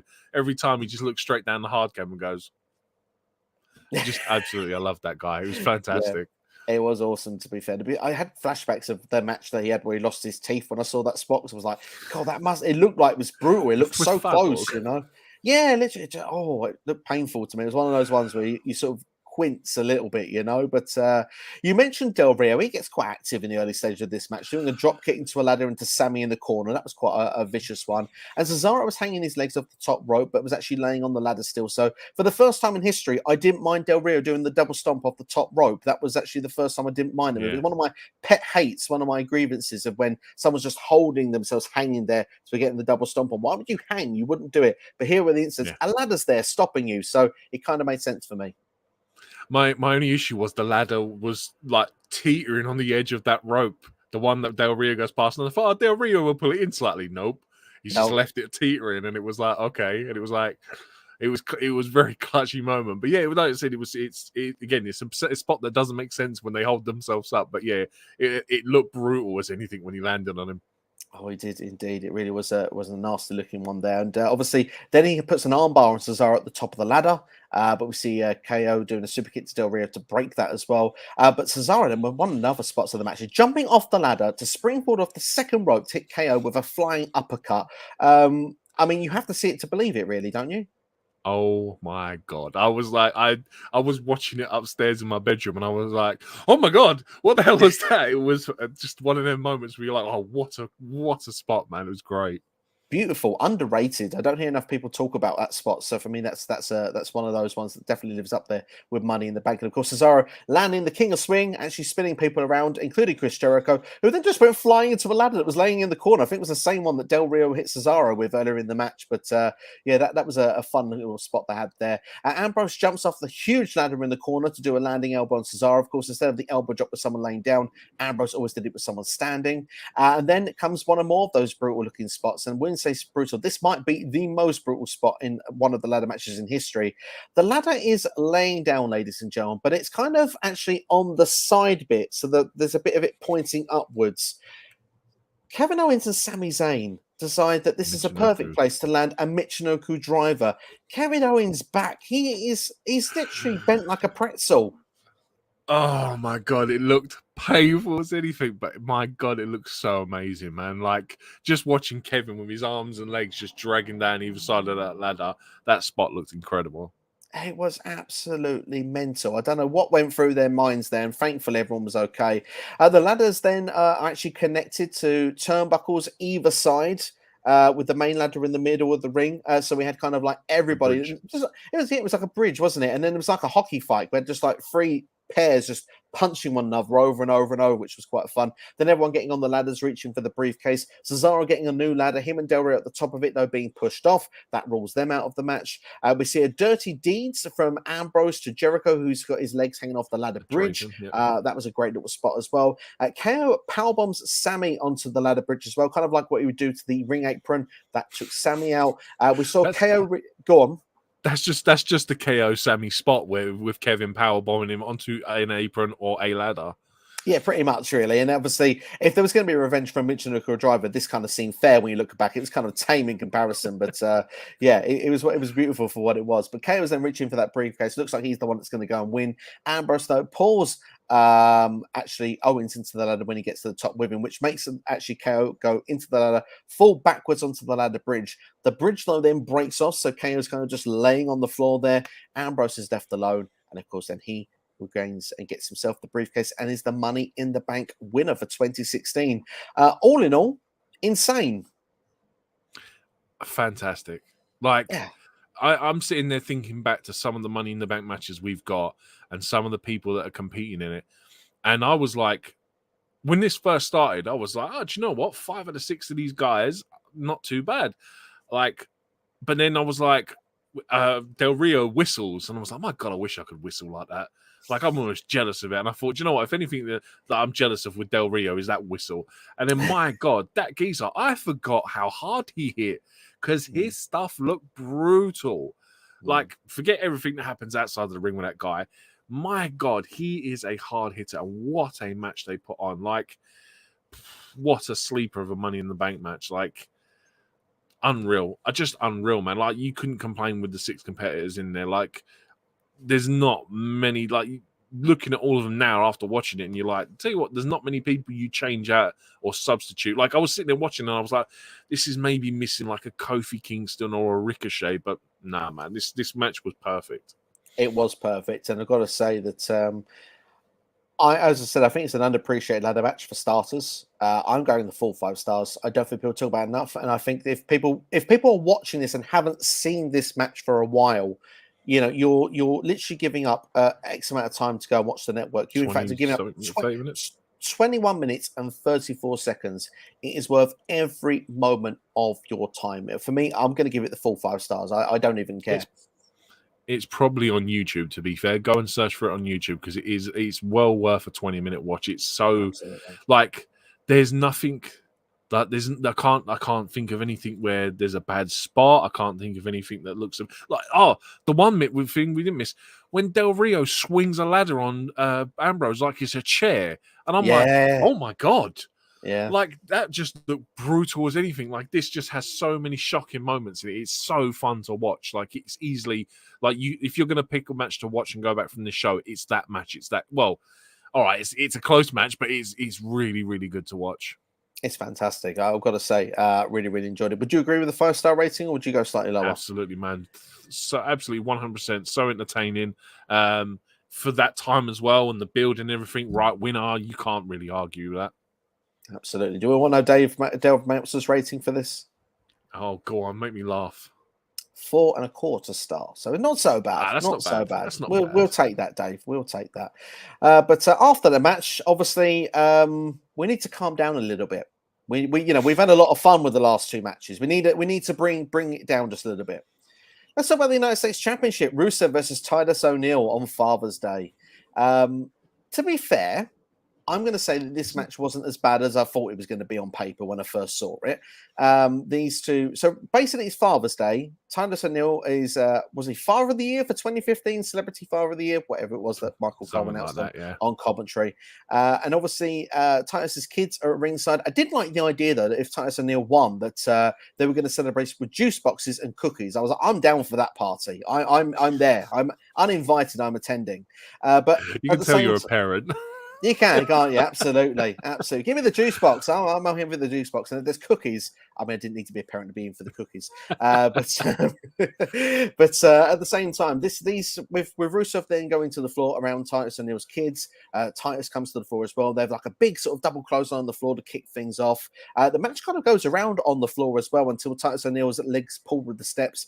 Face first goes into the steps as well, which was quite a brutal looking spot. Obviously, Titus O'Neil does sort of get out of an accolade at one point. It does actually hits his pop handle slam as well to do that with the counter, but Rusev kicks out. However, there was an exchange outside the ring, and Rusev then actually hits his roundhouse kick once they get back in, followed by a Muchka kick, and then an accolade is put, and of course Rusev does retain the championship of this 8-minute match. And Rusev then gets on the mic afterwards, goes towards Titus's kids and says that his dad is a loser and happy Father's Day, a happy ending all round from WWE. What a sucky thing for WWE to do, to have Titus lose in front of his kids in the front row, man.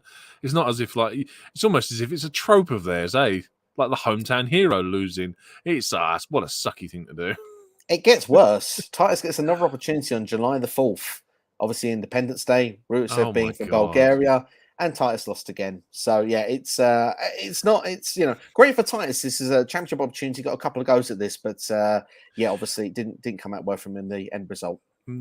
Like, it was very shocking to see Titus and Rusev be second from last match. Like, don't get me wrong, I think the layout of this pay-per-view is spot on. Like, it's paced really, really well. So this kind of makes sense to be here. Like, but yeah, it's just a shame, really. Like, Titus O'Neil is I think he's probably a 24/7 and a former tag team champion. I think it would have been nice for him to, like, obviously he's got his kids there, man. Like we've seen in the future, like when Kofi won the WWE Championship, he's got his kids front row, man. It's got to be a sucky thing to have family front row and for you to lose, I can imagine. But you're missing one key factor of this. This is just after TMZ broke that Lana and Rusev were engaged. We talked about in the last one, didn't we? Yeah. Lana with a dodgy Russian accent is like, and my new fiance, and it's like, yeah, all right, you can cut out the Russian accent now. We all know you're from America. But yeah, it's nice. To be fair, at this point he's recovered well if he's now US champion. Surprisingly, he's blown a whole set of WWE creative stories out the window. But yeah, like, Rusev's a solid wrestler, man. He still is to this day. It's just he got naturally over because obviously this is just before obviously all the Rusev Day stuff, and then Aiden English joins him, and he rockets himself to the moon, and it's just a shame it never worked out, and he could have gone on to possibly be a WWE champion in the future. But yeah, it's just but anyway, back to this match. Yeah, it's okay. I think it's an accurately placed match for the show. I think that's a perfectly summed up way, accurately placed. It's given 1 3/4 star from Dave Meltzer. I think that's quite accurate of a rating, to be honest. I'm going to be fair. I'm just going to give it a 2. Yeah, I'm going to say it's a TV match. It's just that it had some decent highlight. The double clothesline to start off on the outside of the ring is like the people in the rafters are hearing that slap. That was how good that connection was. Yeah, I'm going to agree with you. I think 2. Like you said, it's a standard TV match. I said if it's in the placement, you've not botched it up. So yeah, 2 stars probably quite fair for it. But it does lead us quite nicely though towards the main event of this show, or what we think is the main event of the show, ladies and gentlemen. We have got Roman Reigns against Seth Rollins for the WWE World Heavyweight Championship, which of course is what it was called at the time. And we have a lovely video package I get to describe for everybody as well now to get your thoughts in a moment. NXT, of course, Seth freaking Rollins returning at the end of Extreme Rules after a long injury which forced him to vacate his championship. He attacked Roman Reigns and gave him a pedigree. Destiny is always intertwined for these two, according to the video package, going back to the days of the Shield when Seth then turned on the group. We see that both of their paths at the top, of course, Seth being winning Money in the Bank, being with the Authority, Roman Reigns winning his way to get into WrestleMania 31, which of course led to the heist of the century and Seth becoming champion. Seth calls Roman the second best, but we see the injury that took Seth out. Of course, it was, I believe, on the European tour against Kane. It was like he went to do like a sunset flip off the top ropes and then land to go and do the buckle bomb. And of course, his knee tweaks at that point. Very awful looking spot, and they do show it here in this video package. But of course, Roman Reigns would go on to become the champion in the main event of WrestleMania 32, beating Triple H, which of course we see Seth watching, of course, and he's then trying to train to get back to his return. Seth wants the title back that he never lost, and he says that Roman wouldn't be champ without Seth's injury. And again, it's a match that's described of being worthy of main eventing a WrestleMania.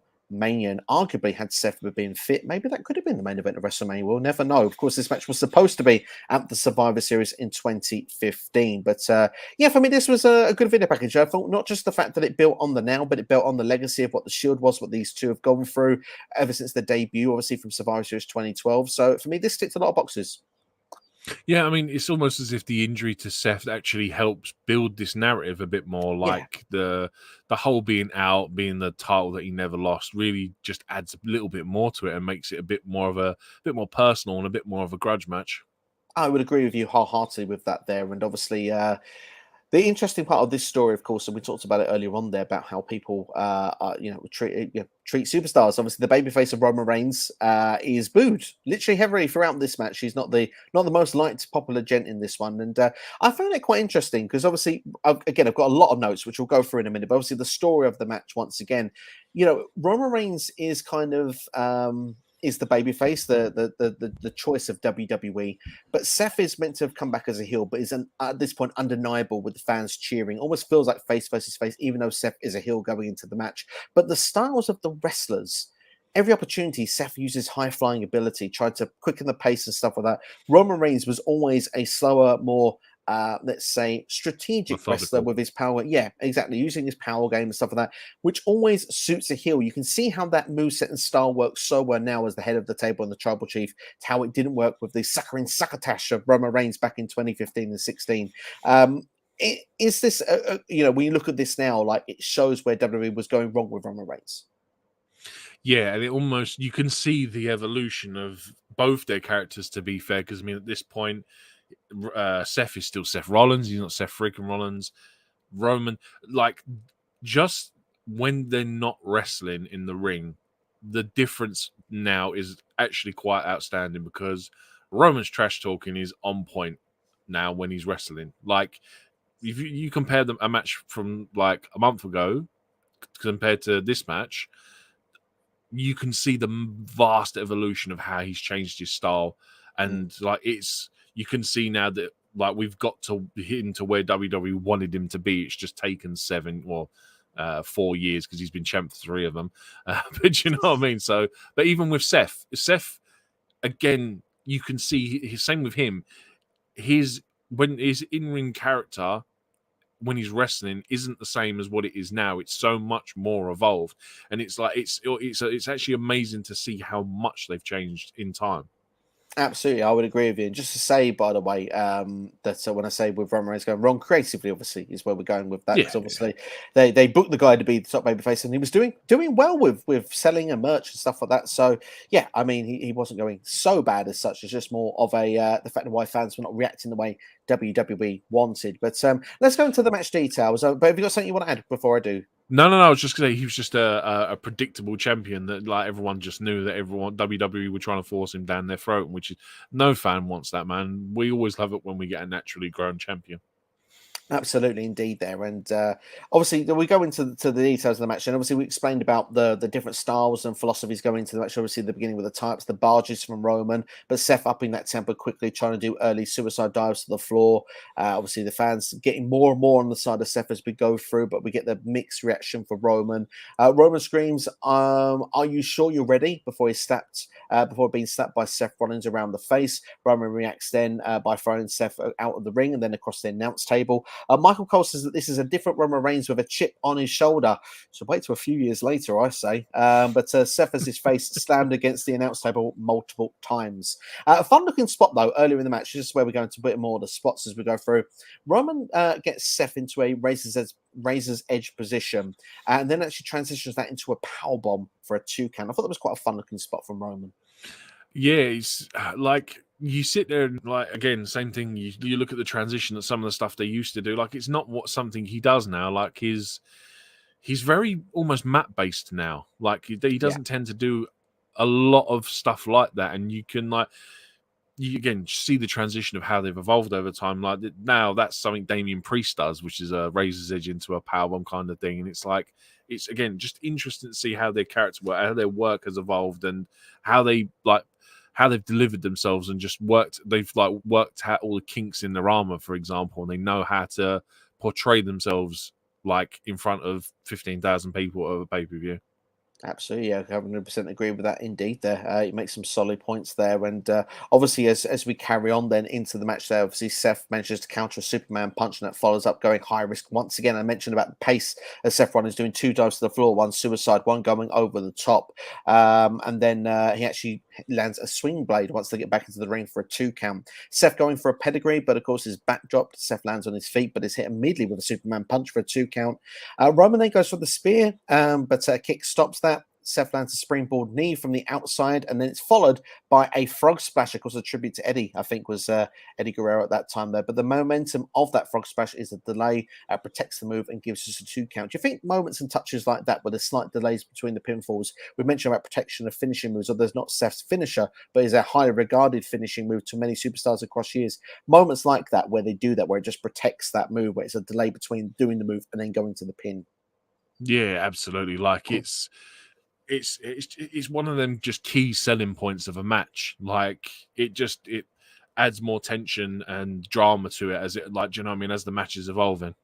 I have to agree with you again. And the thing is like, it's nice to see when moves are protected like that. And obviously just adds to high drama as well. The match is like, can he get there? Can he get that pinfall? Can he get his hand over there? And obviously when you do and get the 2 count, it just, I don't know, it just pulls you in more and you react more to a 2 count rather than going, he's going to kick out at 2, because you know it's not the finish of the match. So it's just those little ingredients that can make it just that bit better for me. But obviously Seth then lands the move that injured his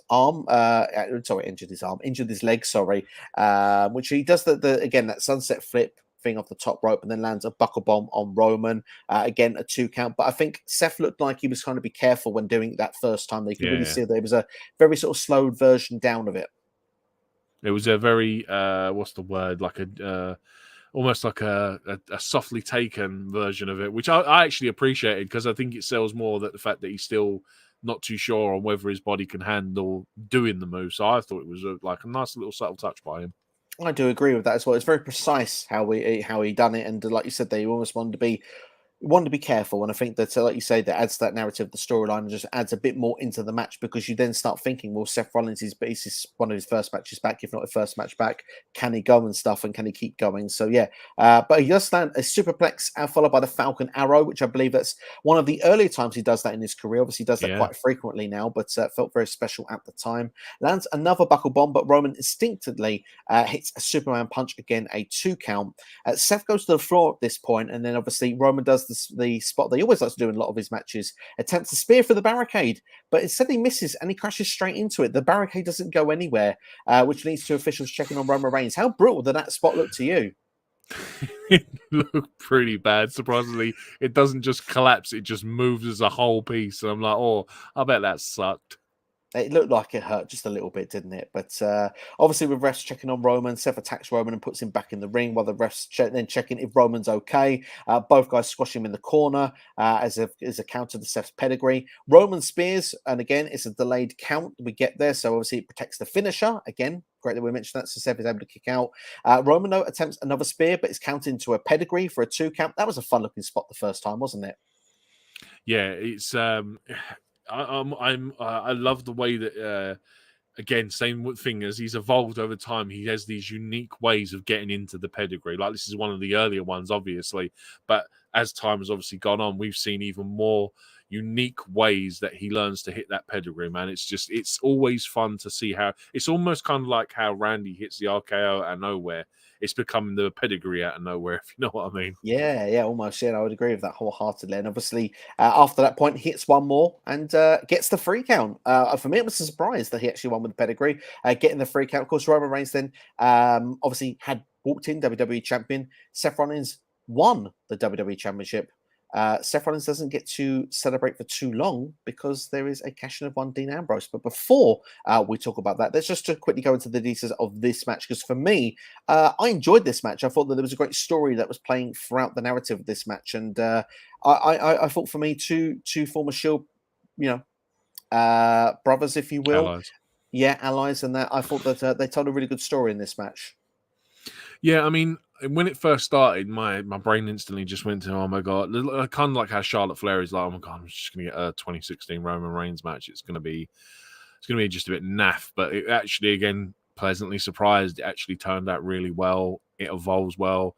It's paced nicely. Like, there's no point where you're just sitting like, all right, come on now, you've been laying on the floor for 30 minutes, now get up and do something. It's just like I said, a great evolved match. Yeah, it's like, for how much hate he used to get back then, I forget how actually he's still a solid wrestler. Yeah. Like, I think a lot of people just think, 2015, 2016 Roman, boo, forget that.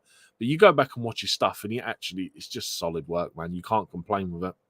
I've never had the problem with Roman Reigns, the performer. I always had a problem with the creative direction. I think that was the thing that I always felt like that was the frustration for me. Yeah, that's the thing. But there's a lot of people only sort of like, we don't remember, like, we'll remember spots, but we don't remember like matches as a whole. And like, I think obviously with the creative being sucky, people, like, if you turn around and said to it like a more average sort of wrestling fan, they'd probably go, oh, Roman Reigns in 2015, 2016 sucked. And it's like, but it's more because of that creative side than his wrestling side. Absolutely, some great matches in amongst. Obviously, just come off a great program of AJ Styles.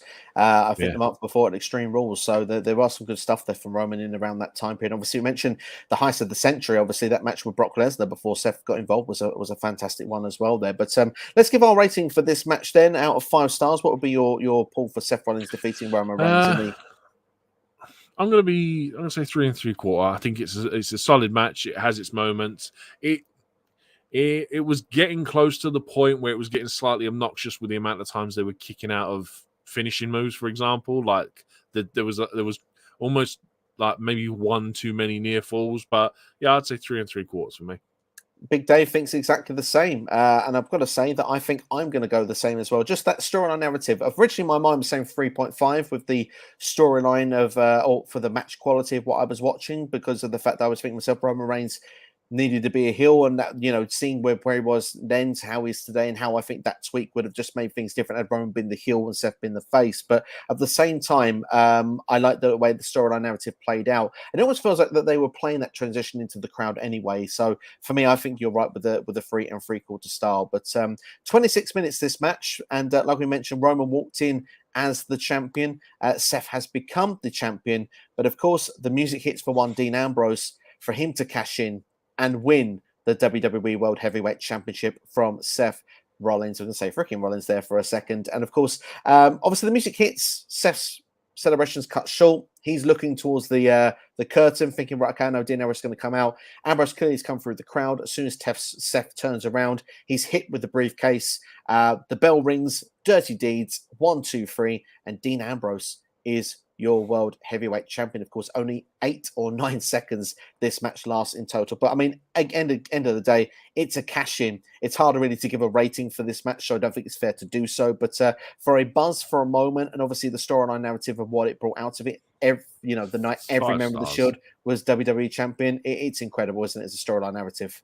Yeah, from a storyline rating, it's a 5-star. Like, it's one of them things that it's one of them, like, it's a perfectly timed moment. Like, you couldn't script it any better. Yeah. Like, you're never going to replicate that where 3 former members of one faction are all champion in the same night. It was just perfect. It was the right place at the right time for it. I mean, you can see in Dean's face, like, he is, like, the moment he picks up that, as soon as the bell rings and his face just gurns, he's trying to hold back I imagine crying. Do you know what I mean? He's trying to still be the lunatic fringe that he is, man. And like I said, first one, like C Nation said earlier, first one to be a Grand Slam champion. Do you know what I mean? It's something it's something he can hold over the pair of them for the rest of his career now. It's like, what took you so long? I was the first Grand Slam champion. Do you know what I mean? Yeah, absolutely, absolutely. And I mean, the thing is, it was such a magical moment. Obviously, when you look into Money in the Bank history, this one is going to be, could be up there with the top there. Obviously, you're talking about the Shield, the three men that defined that sort of decade. If you want, the two of them are still doing it today. It's just. It's magic in the bottle, really. And the way that the show closes off with obviously Seth and Roman on the floor and stuff, it's it just screams out like, we've got a change here going on. Obviously it led to the triple threat. Obviously it took place at Battleground.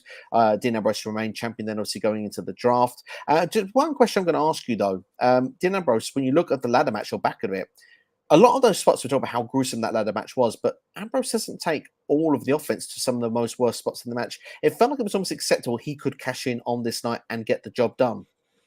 I mean, yeah, apart from the one where Del Rio swings a ladder at him, yeah, he took a couple of bumps, but I mean, it was like you said, it was foreshadowed in the opening package. It was foreshadowed in the promo during the show where he turns around and goes, "Oh yeah, there's nothing better than beating up Seth Rollins," and it was like you can almost tell that it was gonna happen.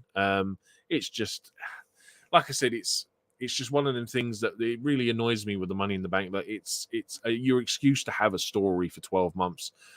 Sometimes, like I said, this night in 2016, it's a perfect time to have the same night cash in. But there's been other times, like when Kane cashed in on Rey Mysterio, when you're like, why? You've got a whole year with that briefcase. Why ruin it and do it in like 55 minutes later? It's so pointless. But beggars can't be choosers, man, I suppose. But yeah, like I said, it's one of them ones that's timed perfectly. For this one, like you said, for Dean Ambrose, they've been building him up for a good couple of years anyway, so it kind of felt like it was right, like you said there. Like, is that tweak to get him over the line? They obviously had moments where Ambrose was what people wanted at WrestleMania at one point. Obviously, he was one of the final three in the Royal Rumble match with Triple H and Roman Reigns.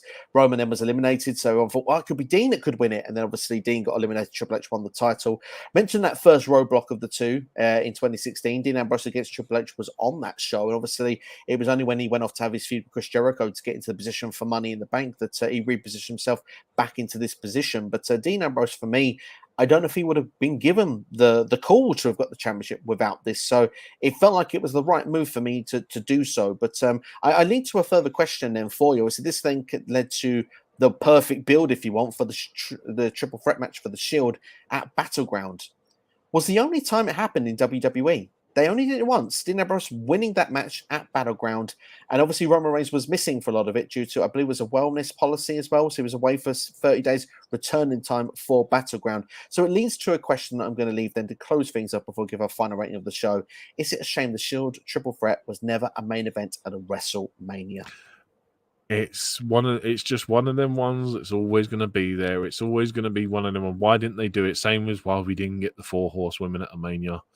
It's just one of them ones like where WWE had the opportunity, they had the time, and they just didn't. They didn't, for whatever reason, want to do it. I mean, putting it on, what was it, Battleground? It was almost just it's almost a waste and a throwaway. Like that could have been the story to arc back to at WrestleMania, having these 3 do it again in the main event of Mania. It's a shame. Like I said, it's probably one of the things we're never going to get again. Like, I very much doubt that Jon Moxley will ever come back to WWE. I think he's content with where he is. Well, like I said, I don't know if things could change with whatever happens with Vince in the future. But yeah, it's, again, just another one of them WrestleMania what-if moments where, like, we've had enough of them over the years that you could probably make a pay-per-view of WrestleMania matches that never happened.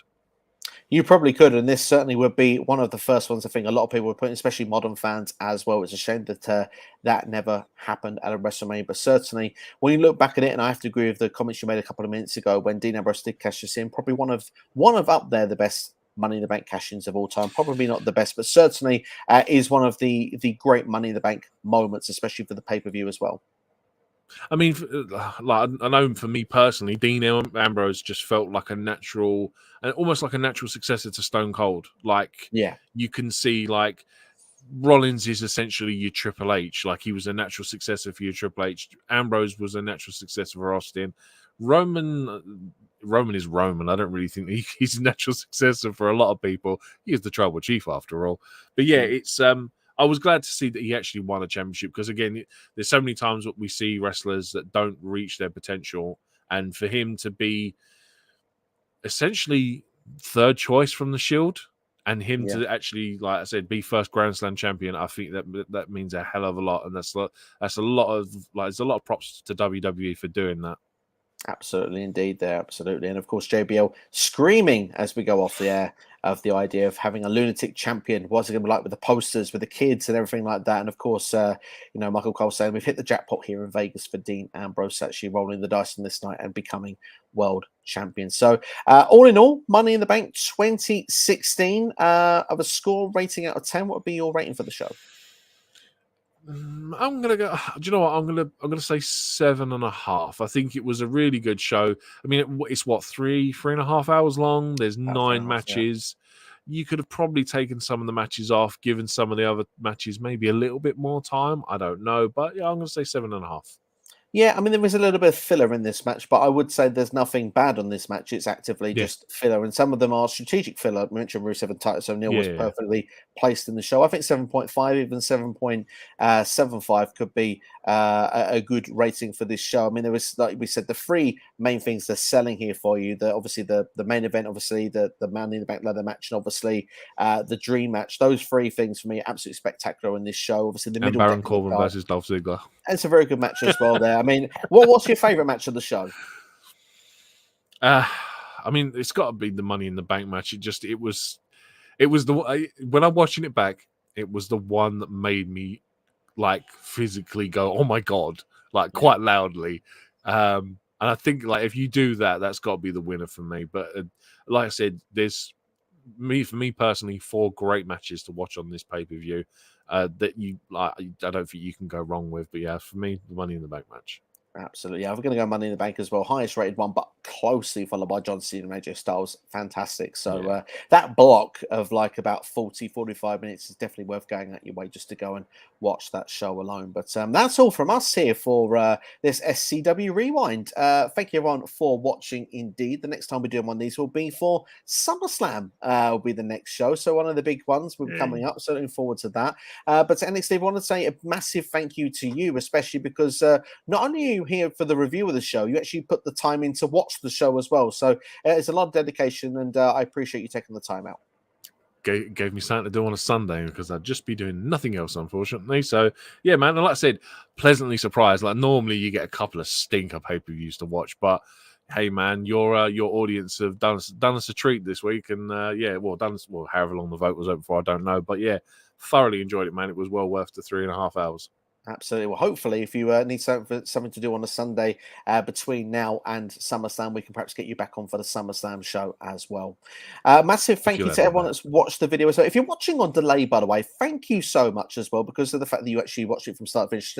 Great for the live viewers, but also for the ones on delay as well. I appreciate all of you for checking in and watching this video. And the thing that we ask, if it's possible, even if it's possible, but it's not a lot to do to help the channel out, was hit the like button, share it with a friend as well. Subscribe to the channel if you are new here. And of course, drop a comment at the end of the video as well, something you want to talk about that we've perhaps not discussed in the show, something you want to talk about with me specifically about Money in the Bank 2016 or any other Money in the Bank or Forbidden Door, whatever. Get involved, talk to me in the chat. I'm happy to interact with you. But thank you all for watching as always. Been a lot of fun this one, as NXT has said there. Money in the Bank 2016, arguably the Shield Civil War begins. Of course, we've got that in 2023 on the year that we're recording. Roman Reigns, Solo Sikoa versus the Usos will be taking place in London next weekend. And of course, NXT and I'll be back on Tuesday to be actually predicting that show. Who will be Money in the Bank this year? Find out and join us on Tuesday. But that's all from us. Thank you for watching. Look after yourselves. And we're going to say, thanks for watching. Take care.